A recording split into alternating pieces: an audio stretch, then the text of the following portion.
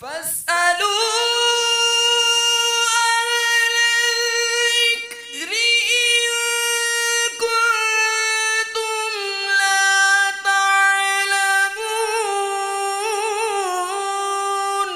تو اے لوگو علم والوں سے پوچھو اگر تمہیں علم نہ ہو۔ صلوا علی الحبیب صلی اللہ علی محمد صلی اللہ علیہ وسلم۔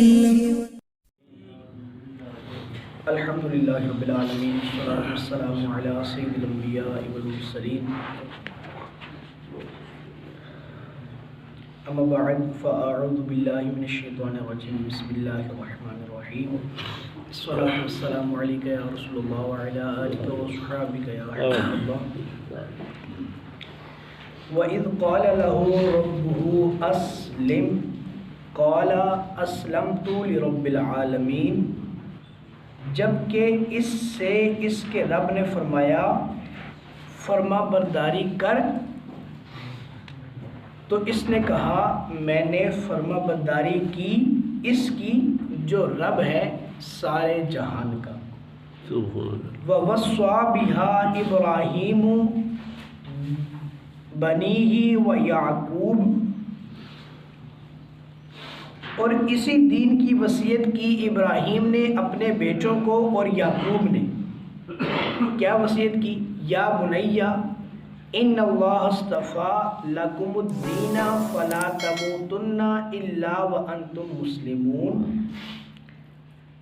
اے میرے بیٹو بے شک اللہ نے یہ دین تمہارے لیے چن لیا تو نہ مرنا مگر مسلمان ہو کر۔ اس آیت سے مراد یہ ہے کہ حضرت ابراہیم اور حضرت یعقوب علیہ السلام نے اپنی اولاد کو دین حق پر ثابت قدم رہنے کی وصیت کی، تلقین کی۔ اس سے پتہ چلتا ہے کہ والدین کو اپنے اولاد کو اچھے اعمال کی، اچھے عقائد کی تربیت کرنا اور وصیت کرنا دونوں ضروری ہے۔ اگر والد اپنے بچوں کی صحیح خطوط پر تربیت نہیں کر سکتا تو اس کا مطلب یہ ہے کہ وہ اچھا والد نہیں ہے۔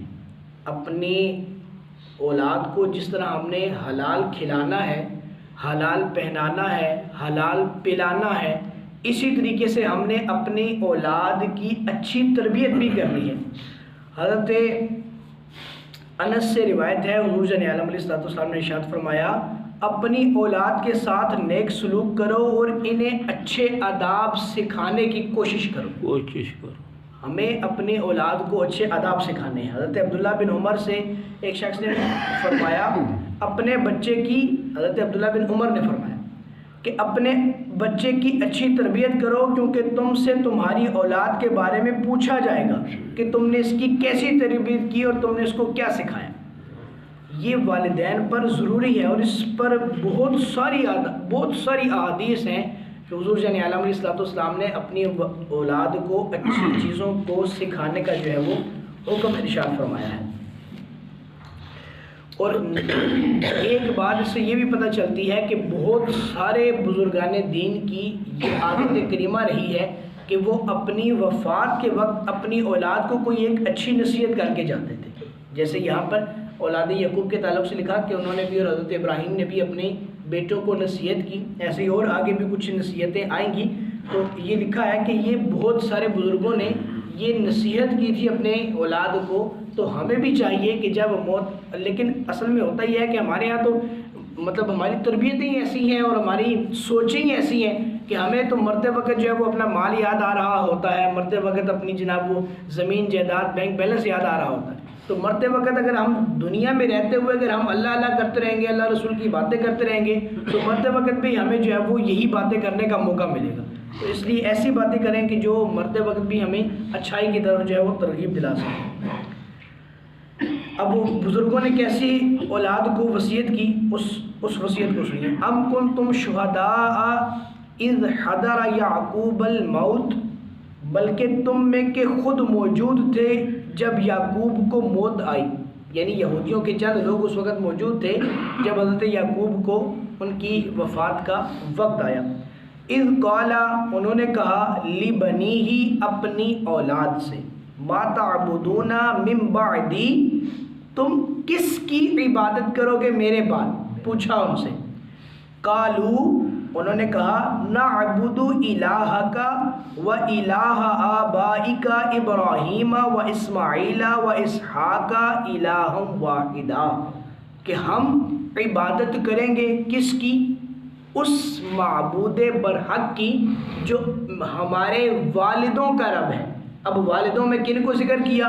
حضرت ابراہیم کو، اسماعیل کو اور حضرت اسحاق علیہم الصلاۃ والسلام. ان سب کا ذکر کیا کہ یہ ہمارے جو والد ہیں، مطلب یہ جو ہمارے آباء و اجداد ہیں، ہمارے باپ دادا ہیں، ہم ان کی عبادت کریں گے اور اس معبود کی عبادت کریں گے جو اکیلا ہے، وحدہ لا شریک ہے. وَنَحْنُ لَهُ مُسْلِمُونَ، اور ہم ضرور مسلمان ہی ہوں گے، ہم اطاعت گزار ہی ہوں گے. یہ آیت بیسیکلی یہودیوں کے حق میں نازل ہوئی کہ وہ یہودی وہ کہتے تھے جی جب حضرت یعقوب کی وفات کا وقت قریب آیا تو انہوں نے اپنے بچوں کو یہ وصیت کی تھی کہ تم یہودی رہنا. تو اللہ نے فرمایا کہ یہودی ہونے کی بات نہیں کی تھی، یہ بات کی تھی کہ تم مسلمان رہنا، یعنی اس نبی پر ایمان لانا جو بھی اس وقت میں نبی موجود ہوں. اور دوسری بات یہاں پر ایک یہ بات ہے کہ انہوں نے حضرت ابراہیم اور اسماعیل دونوں کو اپنا والد گنا، حالانکہ اسماعیل ان کے ڈائریکٹ والد نہیں ہیں، ان کے چچا ہیں، کیونکہ حضرت اسماعیل کی اولاد میں سے جو ہے وہ صرف حضور جان عالم علیہ الصلوۃ والسلام نبی تشریف لائے ہیں. بقیہ جو انبیاء تھے وہ حضرت ابراہیم کے بعد حضرت اسحاق اور پھر ان کے بعد حضرت یعقوب کی اولاد میں سے گنے گئے ہیں. تو چچا چونکہ بمنزلہ والد ہوتا ہے تو اس لیے انہوں نے ان کو بھی والد کے حق میں شمار کیا. ہمارے ہاں تو چچا کو شاید وہ غاصب قسم کا ایسا تصور دیا جاتا ہے کہ نہیں چچا جناب بڑا غاصب قسم کا شخص ہے اور اس کے بیٹے بڑے غاصب ہیں، تمہاری زمین جائیداد تم سے لے لیں گے، اس کے قریب بالکل نہ جانا، اس رشتے کی پاسداری بالکل نہ کرنا. اور اس طرح کی سوچیں ہمارے یہاں بچپن سے دی جاتی ہیں، اور اس کا اکثر میں اپنے مختلف بیانات میں اس کا اظہار بھی کرتا رہتا ہوں. چچا بمنزل والد ہوتا ہے. اتنی بڑا ایک مسئلہ ہے حضرت ابراہیم کے والد کے بارے میں کہ جو اکثر لوگ کہتے ہیں جی حضرت ابراہیم کا والد معاذ اللہ وہ تو کافر تھا، آزر جس کا تذکرہ آتا ہے قرآن پاک میں بھی، تو وہ لکھا ہے کہ وہ آزر حضرت ابراہیم کا چچا تھا، والد نہیں تھا. نبی کا والد کیسے جناب غیر مسلم ہو سکتا ہے؟ وہ کیسے بتوں کی عبادت کر سکتا ہے؟ وہ کیسے مشرک ہو سکتا ہے؟ ایسا ہرگز نہیں ہے کہ کسی مشرک سے اللہ تبارک و تعالیٰ اپنے نبی کو جناب دنیا میں جلوہ گری عطا فرمائے، ایسا نہیں ہو سکتا. حضرت آدم سے لے کر حضور علیہ السلام تک کسی بھی نبی کا والد وہ غیر مسلم نہیں رہا. تو آزر کو والد وہ ابن کا لفظ اس لیے استعمال کیا کہ وہ ان کا چچا تھا، تو چچا جو ہے وہ بمنزلہ والد ہوتا ہے، اس لیے وہاں پر بھی اس کا ذکر آیا. اللہ مجھے اور آپ کو عمل کی توفیق عطا فرمائے.